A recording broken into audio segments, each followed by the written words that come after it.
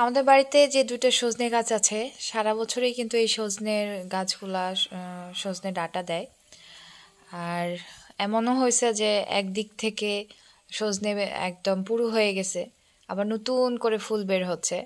আর সজনে গাছ যেহেতু অনেক বেশি নরম, এই জন্য এর গাছে উঠে আসলে সজনে পারা যায় না।